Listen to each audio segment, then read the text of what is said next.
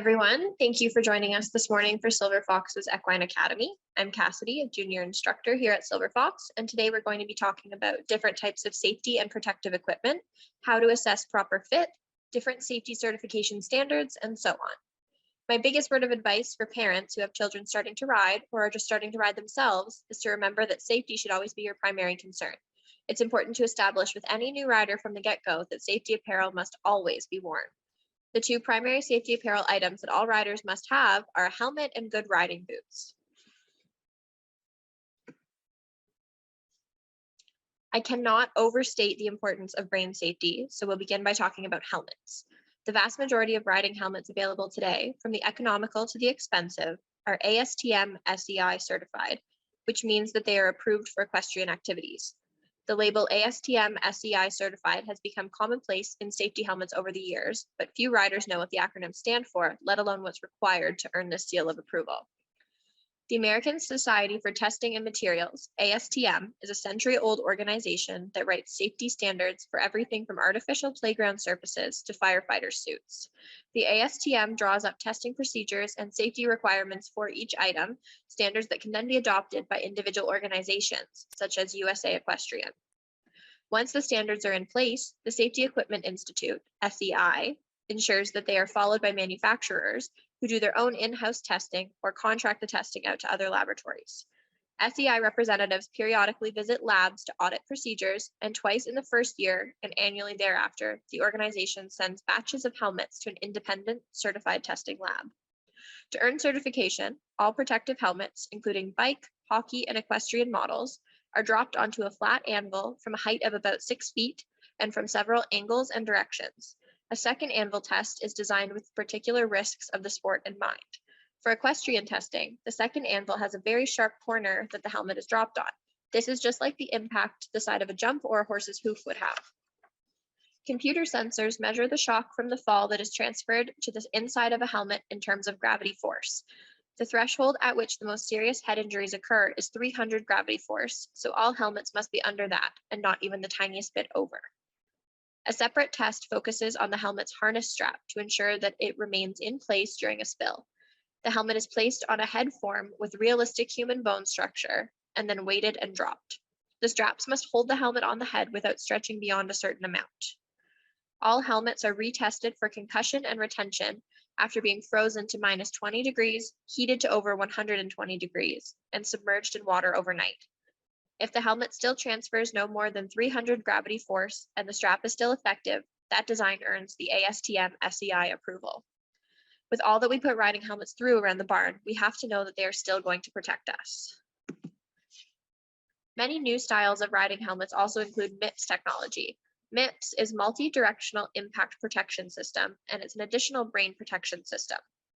The MIPS system was invented in 1996 in Sweden by a neurosurgeon and a researcher from the Royal Institute of Technology. MIPS is designed to add protection against rotational motion, or kinematics, transmitted to the brain from angled impacts to the head, which is how most riders fall.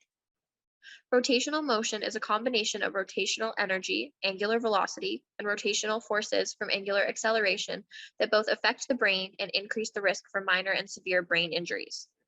MIPS added protection system has been proven to reduce rotational motion when implemented in a helmet by redirecting energies and forces otherwise transmitted to the brain. MIPS is an additional liner that is incorporated inside the riding helmet. This low friction layer enables your head to move 10 to 15 millimeters in all directions, which has been proven to reduce the rotational movement to the brain and therefore injury, particularly concussion and traumatic brain injury. The core idea behind MIPS is to simulate and enhance the brain's own protective system, which uses the same principle of the brain being able to slide a little bit against the skull. Hunt caps, derbies, top hats, cowboy hats, and other styles are not approved for riding and are for appearance only. These kinds of hats do not protect the rider's head in the event of a fall, and many of them won't even stay on if the rider hits the ground. Be aware that even with a helmet on, a hard fall can result in a concussion. This is because the helmet protects the skull, but does not protect the brain from hitting the skull, which is what causes a concussion. With that being said, although kids do fall off of horses in lessons, it is rare for them to sustain serious injuries in a safe and well-managed riding program. Even a certified riding helmet will do little if it does not fit correctly. Take your child to a local tack store and ask one of their staff to help you select and fit a certified helmet. Here are some things to look for throughout the fitting. The helmet should fit all the way down on the top of the head, cupping the entire skull. If it doesn't touch the top of the head or appears to be perching, it is too small. The edge of the helmet should be no more than 1.5 inches above the child's eyebrows. After buckling a chin strap, have the child take the brim of the helmet and wiggle it up and down. You're looking to see if the skin on the forehead moves rather than the helmet sliding up and down. The helmet should feel like even pressure or a snug hug all the way around the head. Run your fingers under the brim of the helmet, around the back of the helmet. If there is noticeable gapping where the fingers slide up the side of the helmet, then the helmet is not the correct shape. If the helmet is fitting adequately up until this point, have the child shake their head back and forth and side to side. If the helmet moves around, try a smaller size. If it stays in place, you can adjust the chin strap to leave room for 2 fingers between the chin and the strap. The child shouldn't be able to pop the strap over their chin if they tug on it. Riding helmets are usually final sale at tack stores, so it's important to be sure that the helmet is both safe and comfortable when purchasing. Helmets are now made in light but very durable material, and designs often include ventilation holes so the air can circulate and keep the rider's head cooler. Sun visor extensions can be attached to the helmet to provide additional protection from glare. In the winter, ear covers protect exposed ears from freezing winds.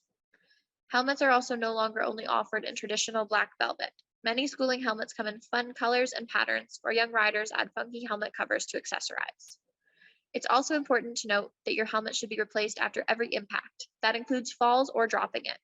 If you haven't experienced any crashes, it should still be replaced every 5 years. This ensures the integrity of the helmet and keeps your head safe. Most helmet brands offer crash replacement warranties that enable you to replace your helmet at a discounted rate within a given time frame. Second only to a helmet, your footwear is an important gear category for horseback riding. While you do not need riding boots specifically, it is important that your footwear is at least a 1-inch heel or 2.5 centimeters, a closed and protected toe, as well as a sole with some grip. The heel and sole will help your foot stay in place in the stirrup and not slide through it, and the protected toe will guard your feet in case you get accidentally stepped on by your horse. Good riding boots also support your leg and ankles to help you maintain a correct leg position when you ride. The boot structure from side to side is also critical. Should the horse fall and the rider's foot become trapped underneath, the strength of the sole could prevent the rider's foot from being crushed by the horse's weight. Finally, the toe box on good riding boots protects the rider's foot from injury if a horse steps on it. Although when is more accurate because everyone does get stepped on at some point. You really don't want your child to be wearing running shoes or flip-flops when that happens, and most barns have footwear rules in place for everyone's safety. For English riding, short boots, otherwise known as paddock boots, are appropriate. They're often worn with jodhpurs or breeches that pad the inside of the leg so stirrup leathers don't pinch. They can also be worn with jeans, in which case half chaps to protect the leg are a good idea. They are available in both laced and zippered styles.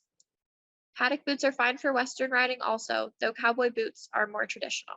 Look for the roper style, which has a rounded toe and is more comfortable than narrow-toed models.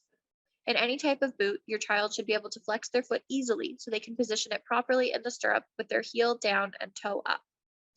The boots should fit well and be comfortable. There's nothing like the special kind of agony of boots that rub heels raw and cause blisters. The boots should be just as comfortable worn in the saddle as they are while walking around. Horseback riding vests, also known as equestrian protective riding vests or safety vests, are designed for riders seeking additional protection for the torso area. Safety vests are a piece of equestrian gear that can help reduce the impact on a rider who falls, shielding the spine, ribs, and internal organs. Safety vests are not required at most lesson barns or for most equestrian disciplines, but they are required in the cross-country portion of an eventing competition. The United States Pony Club research shows a 56% reduction in the relative risk of injury for riders wearing a riding vest.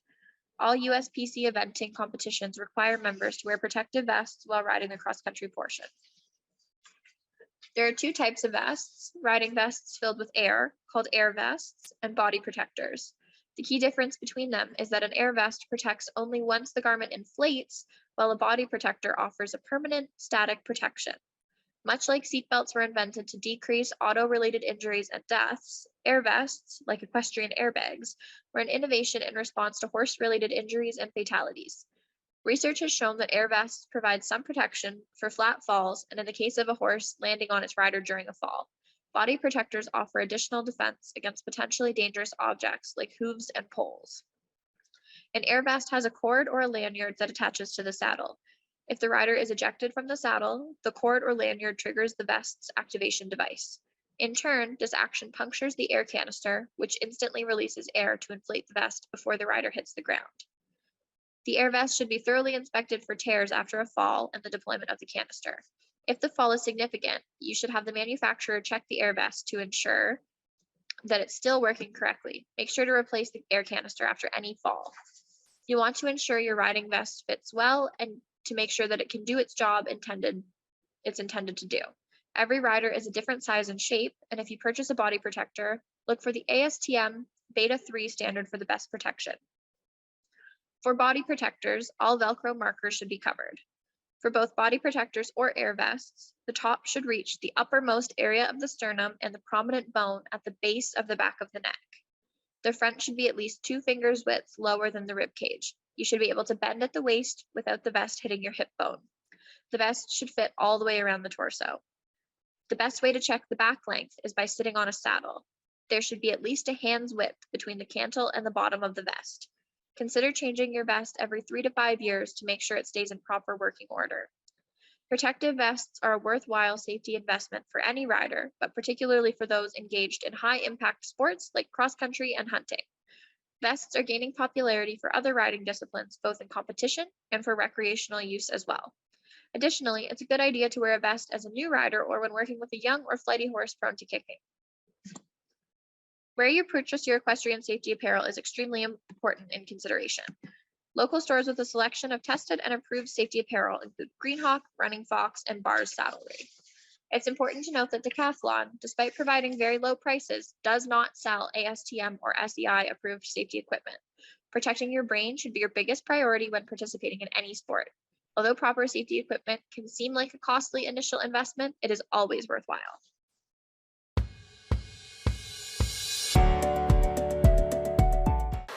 Hi everyone, welcome to Silver Fox's Equine Academy. I'm Cassidy, a junior instructor here at Silver Fox, and today we're going to be talking about helmet fitting, things to look for, a helmet that fits, and a helmet that doesn't fit. So first and foremost, I've had Georgia prepare her hair by having it in a low ponytail. I always recommend a low ponytail or a low braid, just something that's going to stay out of the way. We generally don't recommend putting your hair in your helmet, especially for schooling, but we understand showing constraints. Sometimes people have to. The biggest thing is consistency. You want to keep your hair consistent across the board, so whatever you do when you purchase your helmet is what you have to do every single time you ride. So Georgia wears her hair down in a ponytail, so it's all prepped. So now she's going to take her helmet and she's going to scoop it from the front of her head to the back of her head. Okay. So the first thing that I look for is, does it sit all the way down on her head? Is it perching, or is it covering her eyebrows immediately? So it does sit a little bit low. I'm usually looking for just at about a finger or 2 fingers above her eyebrows. But it's overall, it's obviously sitting down on her head and touching the top of her head. Does it feel like snug, even pressure all the way around? Yep. So now what I'm going to do is I'm going to grab the brim and I'm going to give it a wiggle. So what I'm looking for when I do this is that her eyebrows are moving and the skin on her forehead is moving rather than the helmet itself. So this is an example of a helmet that does not fit. The whole helmet moves when I put very little pressure on. What I'm looking for is this, is to see the skin and eyebrows dancing rather than the helmet lifting up off of her head. The next thing I'm going to look for is if I run my fingers all the way under the helmet, is there anywhere that I experience a lot of gapping where my fingers slide up the side? So I got a little bit of gapping here, but nothing crazy. It does stop after just my fingertip. So what that does is show me if the helmet is the right shape or not. This helmet is probably the right shape for Georgia, but a little bit too big in size. So for my helmet, if I run my fingers all the way around, there's nowhere that it lifts. It is even pressure all the way around on my head. The next thing that I do is I do up the chin strap, and I get Georgia to wiggle her head back and forth and side to side. So the helmet itself is moving a little bit. When I do that, my helmet is snug. It's not going anywhere. So we clearly have a little bit of wiggle. The next thing, if the helmet was fitting adequately, is I would adjust the chin strap. So I want to have 2 fingers fit under the chin, and I don't want it to pop over. So you can adjust it on the side here. Some helmets have a harness like our helmets do that is fixed around the base of the ear. You want it to sit at the base of the earlobe. So it does on hers and it does on mine. But some have a little sliding piece, so you would slide that up to the base of the earlobe, making sure that the chin strap still stays a good tightness around the chin. You don't want it to be able to pop off. And the most important thing is that it is comfortable. You don't want to have any pressure points. If you have a pressure point, that can make you feel sick while you're riding. It can make you lightheaded. The biggest thing is comfort and safety.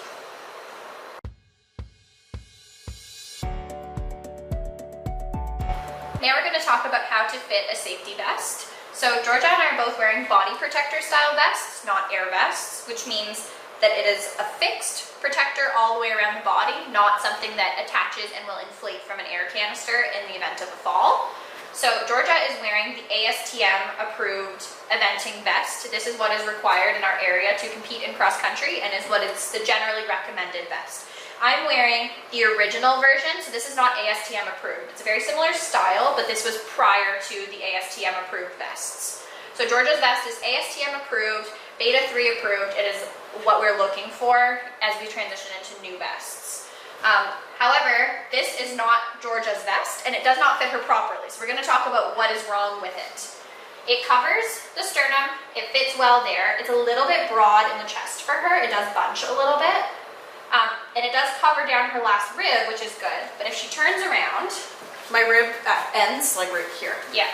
So if she turns around, it covers her whole bum. So it goes down a little bit lower than it needs to. So that's actually going to interfere with the saddle. You want to be able to fit about 4 fingers between the base of the vest and the saddle, so that when you're sitting tall in your saddle, you're able to do so without being impeded by the vest. You don't want to be forced into a half seat position at all times. So my vest sits a good length down on my body, but it's still a little bit loose in the chest. So I should be able to lift this up and the vest doesn't move. I have some clearance. So this, again, is not the standard that would be approved anymore. One thing that's important to note too, that we're both kind of not abiding by right now, is you want to wear only a base layer underneath your vest. You want it to be as close to the skin as possible. You're better to put a jacket over top of your vest, something that is not going to impede the fit of your vest, because this is bunching and changing the fit, and my sweater is bunching and changing the fit. So overall, those are your most important things to remember when fitting your body protector.